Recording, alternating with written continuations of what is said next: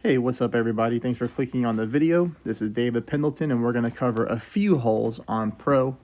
So I put a message today on YouTube saying that I wouldn't have a Pro walkthrough because I didn't play well, and I'm getting a lot of messages on my Facebook asking if I have at least any shots that I can share that can help some people. And I mean, I definitely do. I just didn't play well on the par 4s and the par 5s. So I've got a couple shots here I can show you.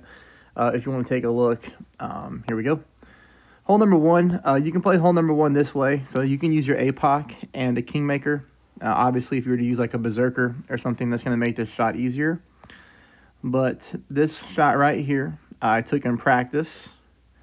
I played it 10% at max with, overpower and almost full left curl. The nice part about this one was in practice, it went really well. So I come up here, I roll down, and I catch a nice spot to get onto the green and roll right past the hole. Now, when I went to my other accounts and I played this hole, I actually didn't get down as far as I did on this account. The wind was a little bit stronger, so therefore I got stuck at the top there. And, the chip-in shot is a little weird because of the ball guideline on this green. I missed both chip-ins, so I birdied this hole on both my accounts. So that kind of stinks. Should have probably played it with a Berserker, but I'm running low on Berserkers, and I was trying to save them for the full tournament next week. Hole number two, I do have a hole-in-one on this one, minus 5% at max. So we're going to go with full backspin, and I'll show you the setup shot, but I'll just show you the elevation that I'm playing. Minus 5% at max is going to be 5.6 rings, okay? So all you're doing is you're going full backspin. And I thought I had the landing position right. I found this shot in practice mode. It took me like 4 times to get it done. But here's what we want to do. Full backspin.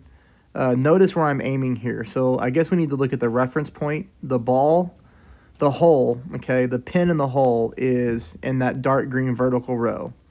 If you look over from there to the right, it's a light green vertical row, then a dark green, then a light green.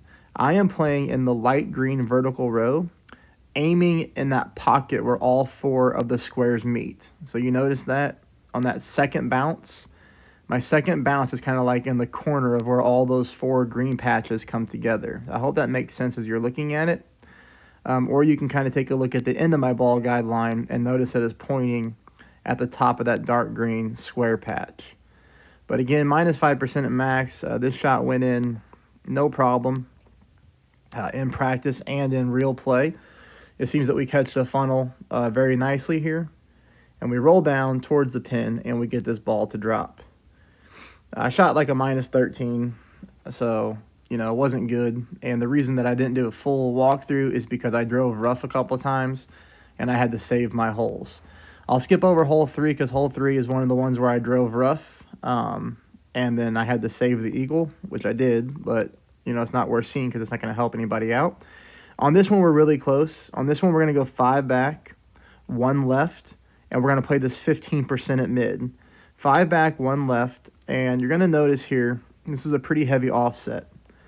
So notice, first of all, that the blue ring and the red ring, I've got half the blue ring dipping down into the rough with half the blue ring on the fairway patch. That's the best I can describe that. When you look at this, though, you're going to also notice here, take a look at the green square patches. Notice where the end of my ball guideline is going through. It's going through the top left-hand corner of that light green one, and then it rolls into another light green patch. So this is a little bit harder to explain, but if you get half your blue ring with the Sniper 10 in the rough and half of it on the fairway, and you kind of just zoom up and look at this is really what you're looking for. And then you pull your rings, and again, the rings gets a little weird because it's distorted because we're pulling from a higher elevation to a lower elevation. But it's 15% at mid. I do hit a perfect ball here, and you're going to see that we're going to come in super duper close to getting this thing in for a hole-in-one. So just a small tweak, maybe go 4.8 back and then move that target over a little bit more to the right. So theoretically, you're going to have a little bit more of your blue ring in the fairway than I did and less of your blue ring in the rough. Okay, That's going to take us on to hole number 5, in which this is how we drive this hole. We just want to get up to this second one. So I'm going 6 top, as you can see here, with my yellow ring on the rough.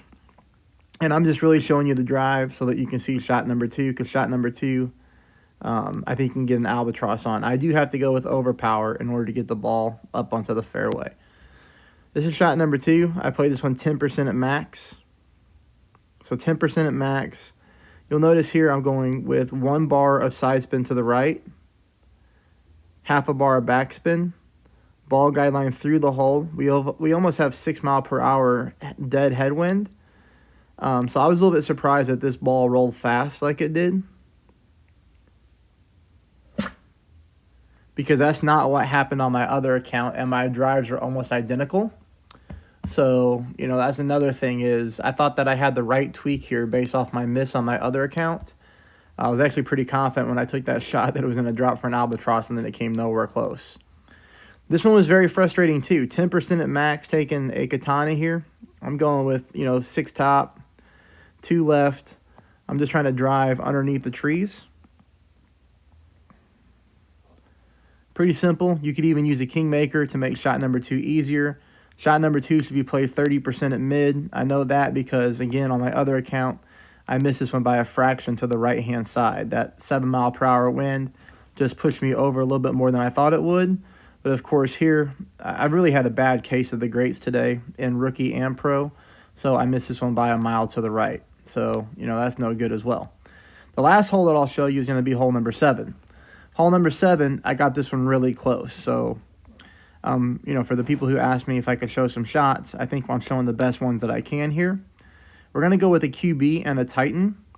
And we're going to be playing this one minus 15% at max. So you're playing this one significantly uphill, minus 15 at max. And here's what I'm looking for. I'm about 1.7 right side spin, about 0.2 top. I'm trying to find my red ring over here by the rough line, but we're using an offset. So there's our offset position. You can see I'm aiming left to the hole, ball guideline past the cup. Kind of use those green squares again as a reference point.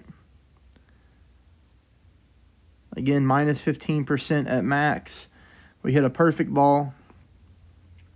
And super close to getting that one to drop. So just needed to move it over a smidge to the left-hand side and we'll be better off.